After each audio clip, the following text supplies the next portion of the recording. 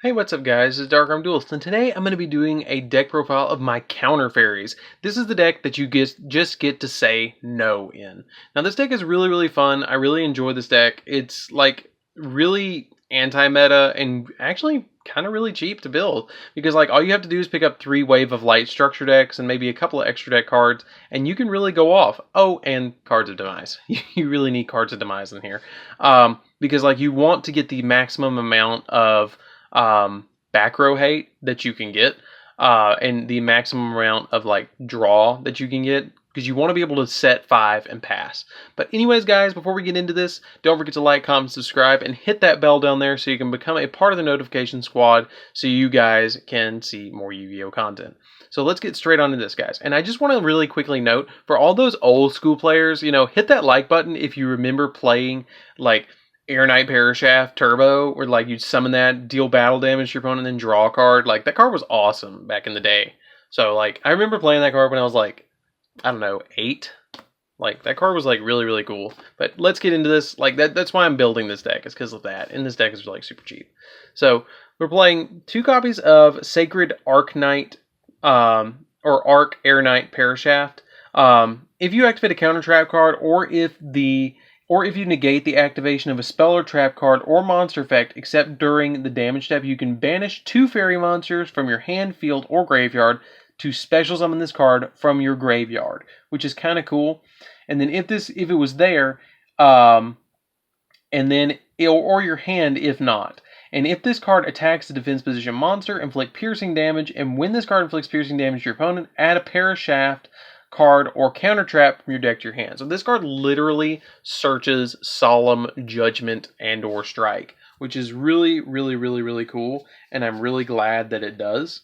Then we play 2 copies of Power Knight or Power Angel Valkyrie. She's really nice. She's really good. You guys are going to notice that I play a lot of 2-ofs in this deck, because like you only need 2 of certain cards in this deck, and that's why we play it. You don't want to clog with the Air Knight Parashaft, and so that's why we play only 2. But the Power Angel's effect is that if you negate the activation of a spell or trap or monster effect, you can add 1 light fairy monster from your deck to your hand. So she searches your Guardian Ariadne and your Bountiful Artemis, which is like the 2 main cards of the deck. Then we play 2 copies of Minerva, Scholar of the Sky, which is a really good card. Each time a counter trap is activated, immediately after that card resolves, gain 500 life, or this card gains 500 attack points. And if it does, and the Sanctuary in the Sky is on the field, add a counter trap with a different name from your graveyard to your hand. So you can roll between just 2. Like you can activate Solemn Strike and then add back Judgment, and then activate next turn the Judgment and then get the Strike back. So you can keep flipping between them, which is really cool. I really think this deck is really funny to just look at your opponent and go, nope, you can't do that, none of that. So then we play 3 copies of Guardian Ariadne. Now you're never going to Pendulum Summon this deck. This card's kind of like a continuous spell card almost. It's like a bodied version of continuous spell, I guess. The effect is that you do not pay life points for the activation of counter traps, and you do not have to discard cards for the activation of counter traps. This card is essential to get to your hand as quickly as possible because of Solemn Judgment, Strike, Warning, and then like there's a couple of other ones that you have to discard cards, so like you really want to get this to your hand. The other effect of this card is if this card is destroyed by battle or by card effects, you can reveal 3 counter traps from your deck. Your opponent chooses 1 at random and adds it to your hand, shuffle the rest back into the deck. You never are going to do that. Don't put that card face down. Don't put it on the field.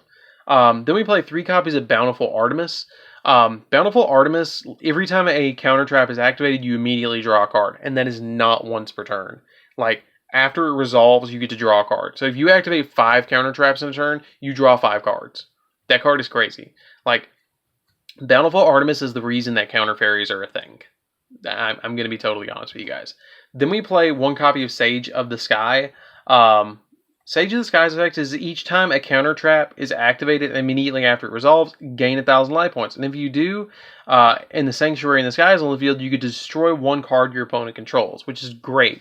Like, you can punish your opponent for doing stuff by activating, like, Judgment, Strike, Rebirth, the Parashaft, stuff like that. by just having him on the field, and you're constantly gaining life points, which is great. And then we play one copy of Honest, because we do play the Cards of Demise. I don't want to draw into Honest, but I need it just in case like I get into a situation that I have to have it. On the off chance that I do draw it off of Cards of Demise, I normally just normal summon it, and then the following turn I add it back to my hand. So that does come up from time to time. But that's it for the monsters, guys. Let's get into the spells. The spells, we have a few spells, but mostly this deck is focused around the counter traps, so we're going to be playing a lot of those. One copy of Upstart Goblin just for deck thinning. Monster Reborn because we want to get our Bountiful Artemis on the field. Like, it is essential that you have that on the field.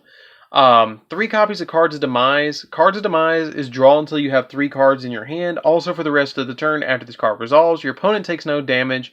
And you cannot special summon essentially. And then it's kind of like the old thing: if you don't use them, you lose them. You have to discard your entire hand at the end phase, which is okay, but it's not that big a deal in this deck. 3 Pot of Desires. We don't special summon all that much, so that's why we play it. 3 Ties of the Brethren.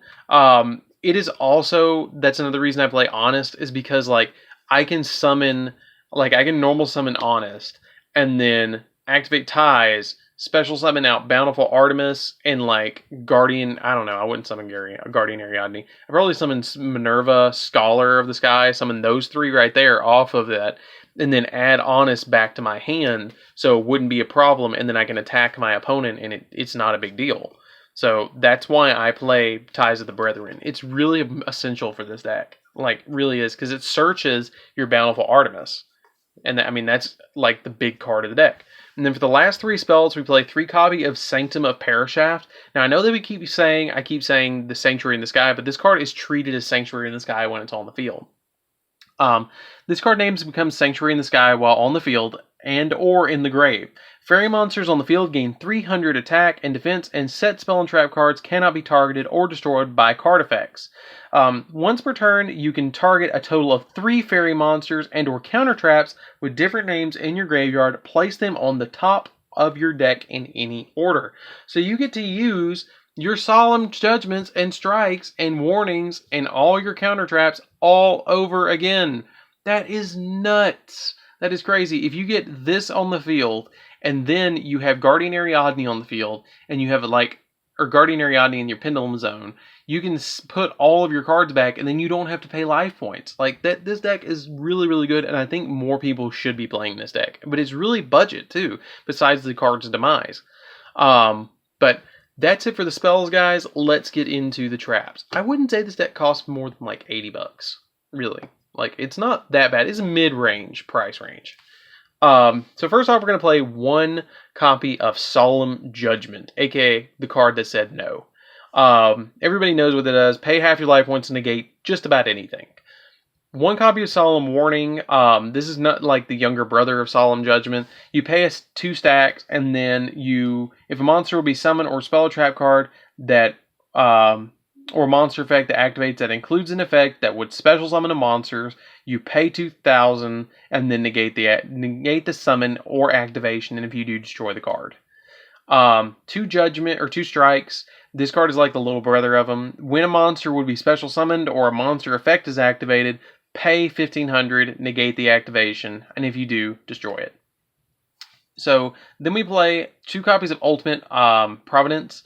This card is when a spell, trap, or monster effect is activated, discard the same type of card and then negate it and destroy it.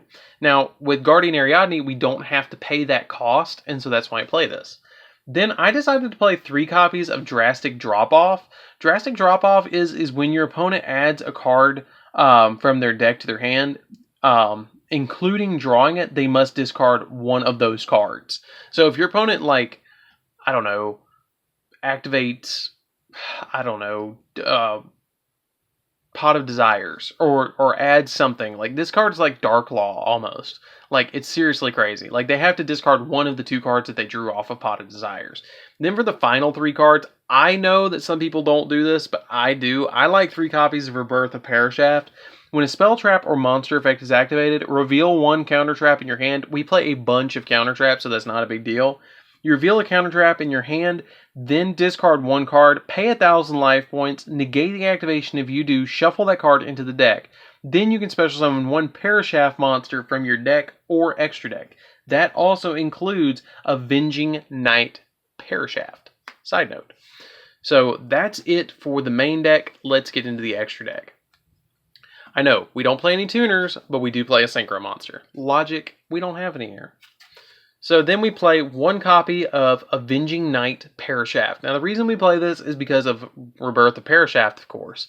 And it inflicts piercing damage, and also, if it once per turn, you can change the battle position of one monster your opponent controls, which is pretty cool. So you can switch a big monster to defense position and then swing into it for 2,600. It's a pretty big monster, and it's really cool. Side note, this is the card that I actually pulled many years ago at the sneak peek of the Duelist Genesis. So I've had this card a very long time. I've had this card about 10 years. So just side note, long time. Then I play a Skull Dread just because of the drawing ability in this deck, and you kind of need to draw. There's times that you can actually get out 4 fairies and you kind of need Skull Dread, but I don't find myself going into him that much. I play a Borreload because it's Borreload.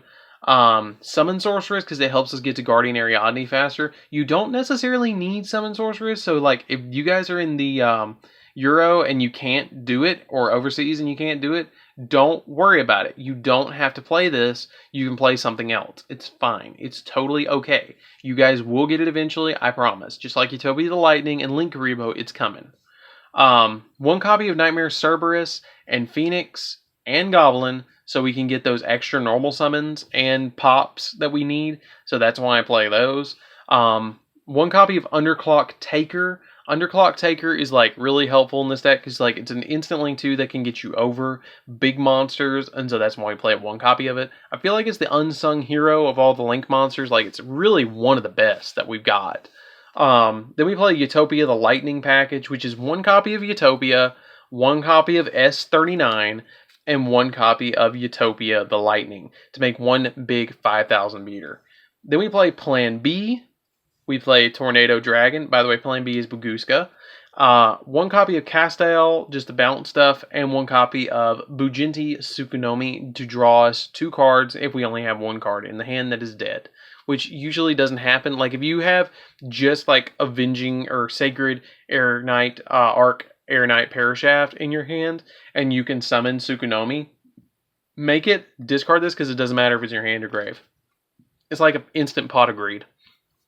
But anyways, guys, this is Dark Arm Duelist. I hope you enjoyed this deck profile. I really enjoyed taking this deck profile. It's a lot of fun to play this deck. Just look at your opponent. It's a lot of fun for you, but not a lot of fun for your opponent because like they're like, are you serious? You're going to negate everything I have?